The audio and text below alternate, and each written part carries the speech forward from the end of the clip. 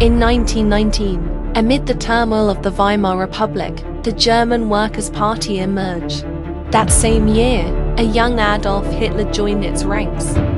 In 1920, the group rebranded itself as the National Socialist German Workers' Party, better known as the Nazi Party. Hitler's arrival gave the movement powerful momentum. After World War I, the Treaty of Versailles had crippled Germany economically, politically, and on the world stage. The German people endured both hardship and humiliation, their national pride deeply wounded. In this atmosphere, nationalism spread rapidly. As party leader, Hitler seized on this sentiment. He promised to restore Germany's borders, secure living space for the German people, and rebuild a strong nation. These pledges quickly drew masses of followers. The German military also took notice. The Nazis' slogans echoed the army's own militarism, and before long, the Reichswehr was even funneling money to the party. In 1923, with the support of General Erich Ludendorff and Bavarian troops, Hitler staged the Beer Hall Putsch in Munich, attempting to seize power. The coup failed, and Hitler, along with other Nazi leaders, was arrested. From this failure, he learned a critical lesson. Without the army's backing, power was impossible.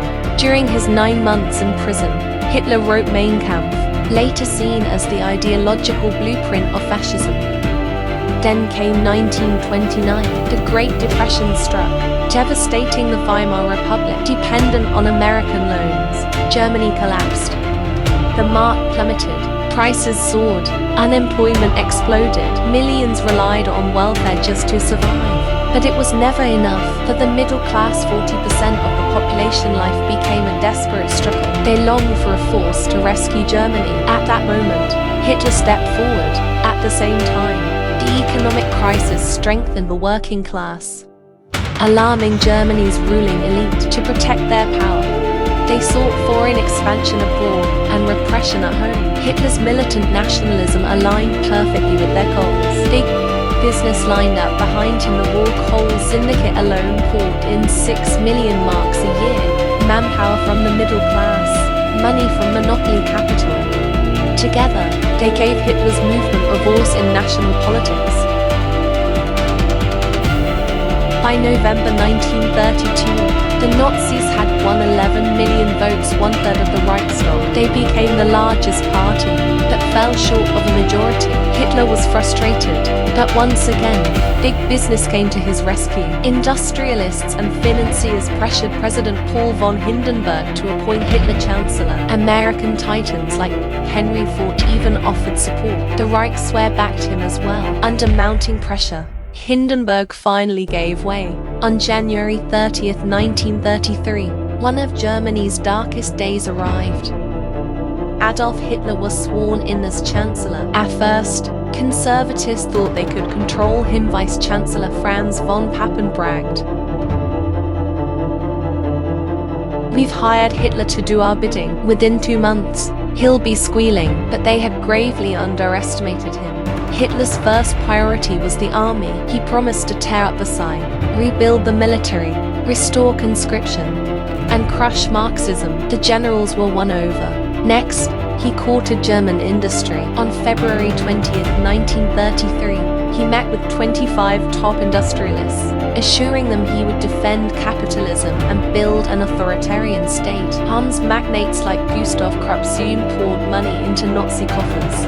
With support from the army and big business, Hitler struck. He used the Reichstag fire as a pretext to target the communists, suspending civil liberties and unleashing terror. Multi-party democracy collapsed. The Nazis filled key posts with loyalists, passed the Enabling Act, and by December, declared themselves the only legal party. Hitler now moved against rivals inside his own movement. In June 1934, he ordered the purge of the SA leadership in the Night of the Long Knives, killing dozens, including former Chancellor Kurt von Schleicher and Nazi leftist Gregor Strasser. When President Hindenburg died that August, Hitler merged the offices of President, Chancellor, and Commander-in-Chief. He now ruled Germany as Führer. The Weimar Republic was gone. The Third Reich had begun. Hitler faced a choice. Accept Germany's reduced status and rebuild slowly, or gamble everything on expansion. He chose expansion. His plan unfolded in 4 stages. Stage 1. 1933 to 1936, massive public works project / unemployment. But behind the scenes, the economy was militarized, workers were exploited, small businesses crushed, and agriculture tightly controlled. Industry thrived on rearmament. By 1936, Hitler had openly defied Versailles, rebuilt the military, and even remilitarized the Rhineland. France and Britain did nothing. Stage 2. 1936 to 1939, Germany tightened ties with Italy and Japan, forming the Axis. The Luftwaffe was blooded in Spain's civil war, bombing cities like Guernica. In 1938, Hitler annexed Austria, then turned on Czechoslovakia at Munich.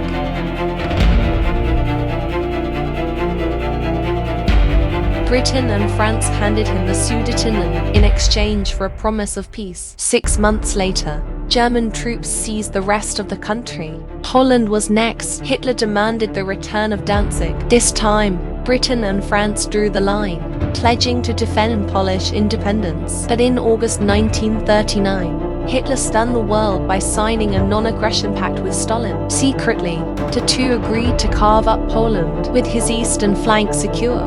Hitler prepared to strike west. Meanwhile, the United States, bound by neutrality laws, remained on the sidelines. What would Hitler do next? How would his gamble for expansion play out? And what fate awaited Europe?